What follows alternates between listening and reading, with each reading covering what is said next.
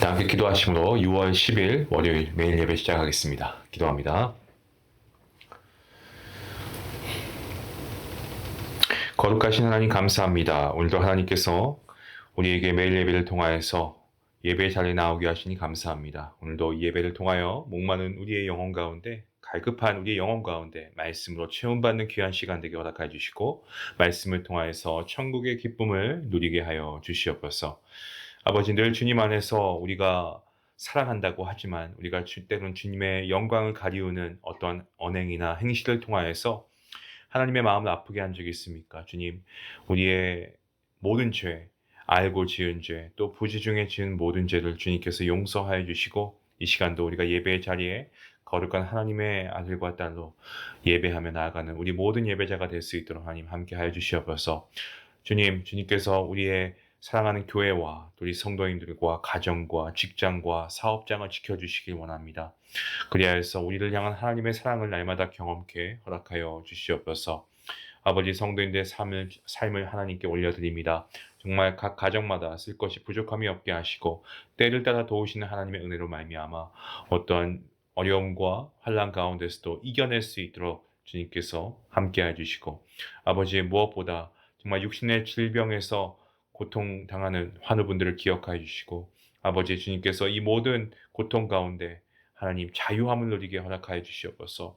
우리 성도님들 아버지, 억눌려 계신 분이 있습니까? 예수님의 능력의 이름을 통하여서 자유함을 얻게 하시고 정말 사슴처럼 기뻐 뛰는 인생이 될 수 있도록 하나님 축복하여 주시기를 간절히 소원합니다.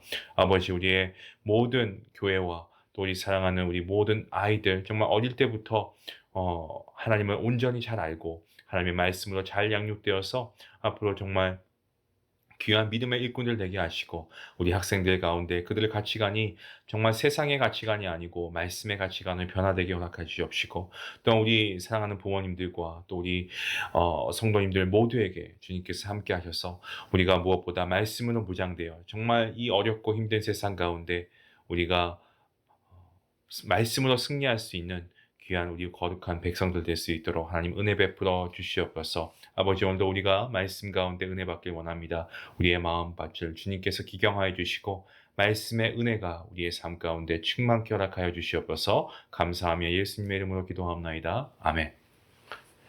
찬송가 543장 함께 하시겠습니다.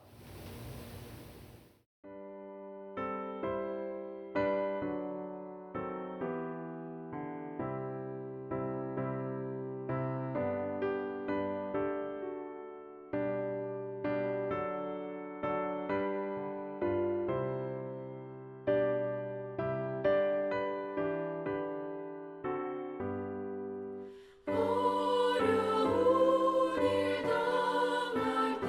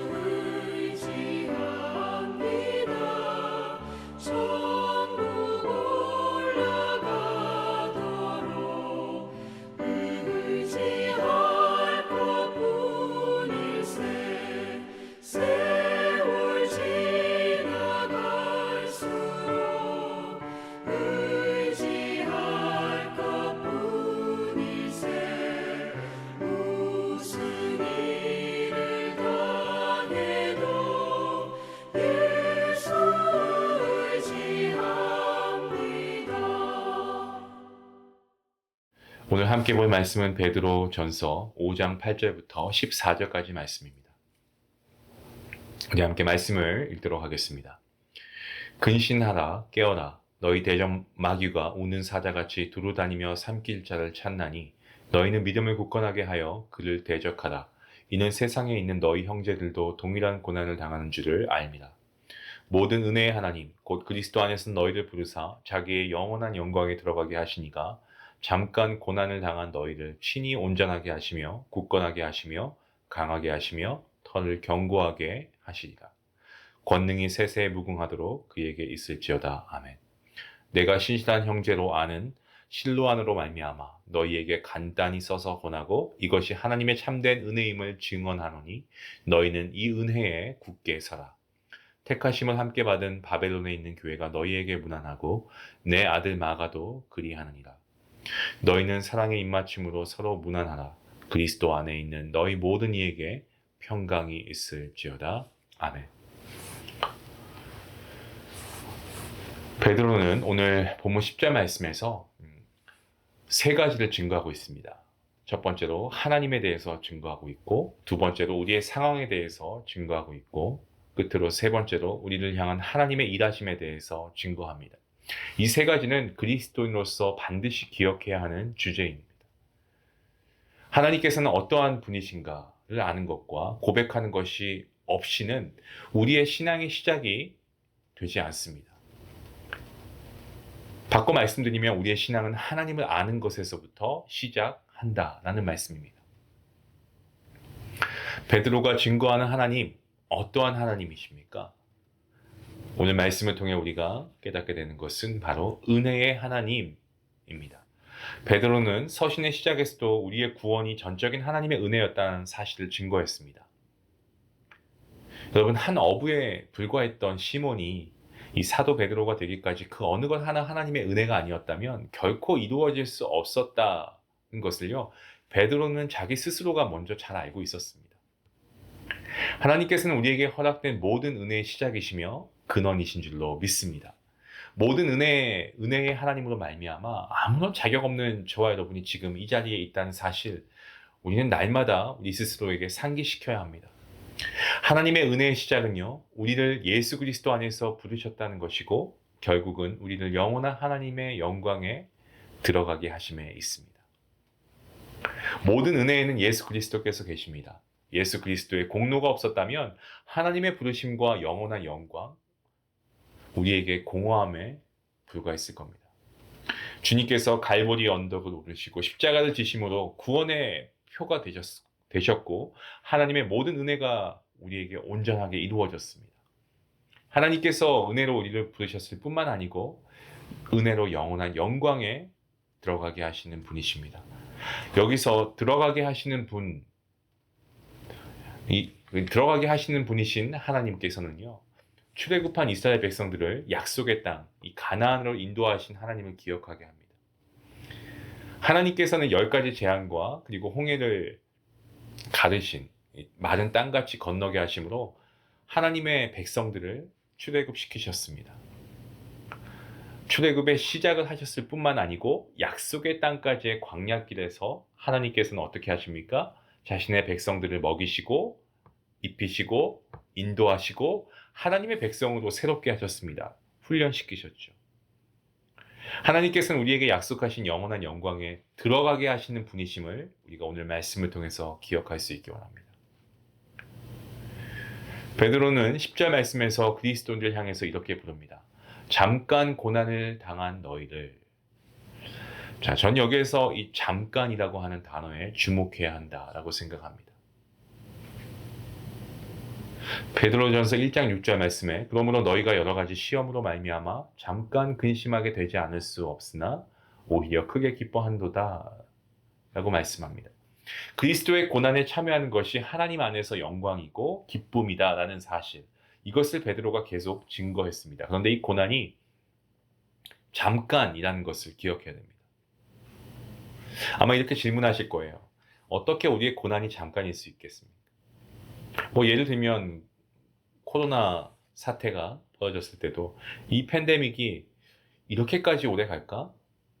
그냥 잠깐 지나가는 어떤 유행에 불과할 것이다라고 많은 분들이 예측하지 않았습니까? 하지만 지금 어떻습니까? 아직까지도 이 코로나는 변이된 어떠한 다른 전염병으로 계속해서 우리 곁을 떠나지 않고 있습니다. 잠깐이라고 말하는 사람이 없죠. 우리의 삶에 처해 있는 무거운 고난의 짐을 누군가 옆에서 잠깐일 뿐이야 라고 말하면 사실 그 말은 위로가 되지 않습니다. 왜냐하면 고난의 상황에서는 하루가 1년처럼 느껴지거든요. 정말 더디게 가는 것 같고 고통스럽고 하루빨리 이 고통에서 벗어나길 바랄 뿐이기 때문에 고통받고 있는 사람한테 가서 잠깐일 뿐이야 라고 하는 것은 위로가 될 수가 없습니다. 베드로는 이 고난을 당하는 그리스도인을 향해서 고난의 시간이 잠깐일 뿐이고 금방 지나갈 것이니까 조금만 더 참아보라는 위로의 말을 전하고 있는 것이 아닙니다. 여기서 말하는 잠깐의 고난은 우리에게 하나님께서 은혜로 허락하신 영원한 영광과 비교할 때 잠깐을 의미하고 있습니다. 영원과 잠깐, 이것을 비교할 때 사용하기 위해서 이 표현을 하고 있는 거죠. 예수 그리스도 안에서 영원한 하나님의 영광을 믿고 소망하는 그리스도인들을 향해서 우리에게 허락된 영원한 영광과 비교할 때 지금 겪는 고난은 잠깐일 뿐이다 라는 그러한 메시지입니다. 사도 바울은 동일한 맥락에서 로마서 8장 18절에서 이렇게 증거하지 않습니까? 현재의 고난은 장차 우리에게 나타날 영광과 비교할 수 없다. 우리에게 허락하신 영원한 하나님의 영광의 시선으로 우리의 고난을 바라볼 때 잠깐일 뿐이고요. 우리가 여러 가지 시험으로 말미암아 잠깐 근심하게 되지 않을 수 없지만 오히려 크게 기뻐할 수 있는 것은 비교할 수 없는 영광이 우리에게 나타났고 또한 나타날 것이기 때문에 그렇습니다. 무엇보다 우리에게 더욱 소망이 되는 것은 잠깐의 고난 속에서도 모든 은혜의 하나님께서는 권능으로 일하고 계시다라고 하는 사실입니다. 베드로는 그리스도인들을 향한 하나님의 일하심, 즉 하나님의 권능을요, 이 4개의 동사로 증거합니다. 하나님은 이미 시작하신 것을 온전하게 하시며 옳은 것을 굳건하게 하시고 약한 것을 강하게 하시고 이미 지어진 것을 견고하게 하실 것입니다. 여기에 등장하는 온전하게 하다, 굳건하게 하다, 강하게 하다, 견고하게 하다의 표현은요, 동일한 사실을 증거합니다. 하나님의 백성들이 완전한 구원에 이를 때까지 하나님께서는 끝까지 붙잡아 주실 것이다 라고 하는 확신의 표현입니다. 베드로가 이같이 다양한 표현들을 사용하는 것은 결코 우리의 힘으로 믿음의 경지를 완주하는 것은 불가능하고 오직 하나님의 능력과 권능의 손길이 우리와 늘 함께 하시기 때문에 우리가 고난 가운데에서도 여전히 확신 가운데 살아갈 수 있다라는 것을 증거하고 있습니다. 본문 12절 말씀을 보시면 실로아노가 나옵니다. 실로아노는 이 사도행전에 등장하는 바울의 동역자 실라의 또 다른 이름입니다. 사도행전에는 그를 실라라고 표현했지만 바울과 베드로는 편지에서 이 실로아노라고 부릅니다. 실로아노가 편지의 전달자로서의 역할 혹은 편지를 대필하는 역할로서 베드로와 동역했다는 것을 우리가 알 수 있습니다. 베드로는 이제 흩어진 하나님의 백성들을 권고하고 격려하기 위해서 글을 썼습니다. 하나님의 백성들이 시험에 직면하게 되었기 때문에 그렇습니다. 베드로는 그들에게 그리스도 안에 있는 확실한 소망을 증거했습니다. 그것은 바로 그가 경험한 부활의 주님이고 주님께서 베드로에게 맡기신 은혜의 복음입니다. 고난과 역경의 풍파 속에서도 낙심하지 않고 그리스도 안에서 은혜에 굳게 서 있도록 베드로는 편지를 썼고 하나님은 사도 베드로의 편지를 통해서 우리에게 말씀하십니다. 13절 보시면 베드로는 로마를 지칭하기 위해 상징적으로 바벨론이라는 이름을 사용합니다. 이 바벨론은 하나님의 백성들이 포로로 잡혀갔던 제국의 대도시였습니다. 바벨론은 이 로마 도시를 가리키고 있고요. 유대인들과 그리스도인들은 모두 점점 더 로마를 이 바벨론으로 부르게 되었습니다. 이 별명은 로마에 살고 있는 그리스도인들이 자신들을 외국 땅에서 사치와 죄와 하나님의 백성을 반대하는 자들의 도시에서 망명생활을 하는 자들로 여겼기 때문입니다. 앞에서 베드로는 이들을 향해서 뭐라고 부릅니까? 거류민과 나그네라고 불렀습니다. 베드로는 마가를 이 그리스도의 사랑 안에서 그의 아들이라고 부릅니다. 마가는 이전에 사도 바울과 함께 선교 여행을 하고 마가복음을 쓴 이 요한 마가입니다. 마가와 베드로가 어떻게 함께 동역하게 되었는지 성경에 기록되어 있지는 않습니다만은 이 베드로에게 있어서 마가는 바울에게 디모데와 같은 존재였습니다. 그러니까 마가는 베드로에게 복음 안에서 아들과 같은 존재였습니다.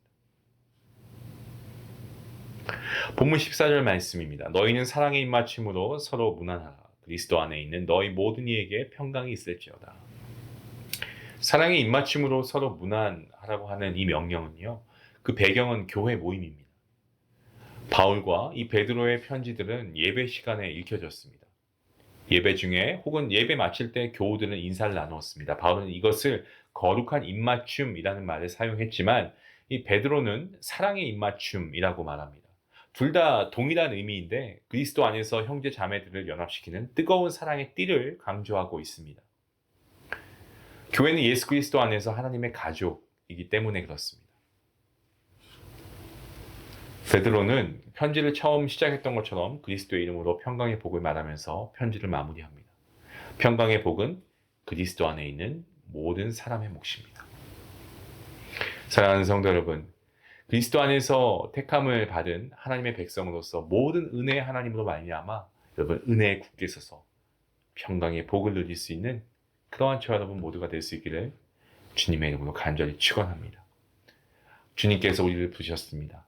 영원한 영광으로 인도해 주시는 분도 주님이십니다.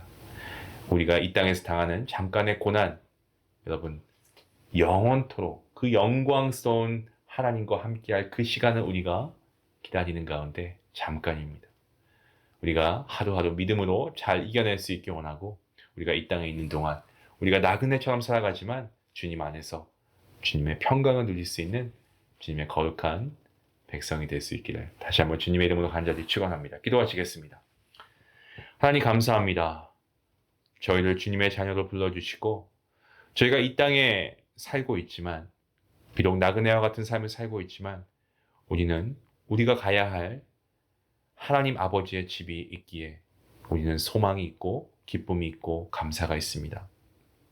이 땅에 사는 동안 혼란과 어려움이 닥쳐온다고 해도 우리가 불평하거나 넘어지지 않고 우리가 믿음으로 잘 승리케 허락하여 주시옵소서. 장차 다가올 그 영원한 영광, 우리가 그것을 바라보며 이 땅에서의 잠깐 동안의 고통과 고난 가운데서 우리가 우리의 믿음을 저버리지 않고 더욱더 굳건히 우리가 말씀 안에 설 수 있도록 성령 하나님 우리에게 믿음을 더하여 주시옵소서. 그리고 오늘도 우리가 살아가는 어간에 우리의 상황 가운데서 주님의 주시는 평강이 우리의 마음과 생각을 붙잡는 귀한 은혜가 있게 허락하여 주시기를 간절히 바라오며 이 모든 말씀 예수님의 이름으로 기도합나이다. 아멘. 여기 말씀 생각하시면서 우리 함께 기도하시겠습니다. 기도합니다.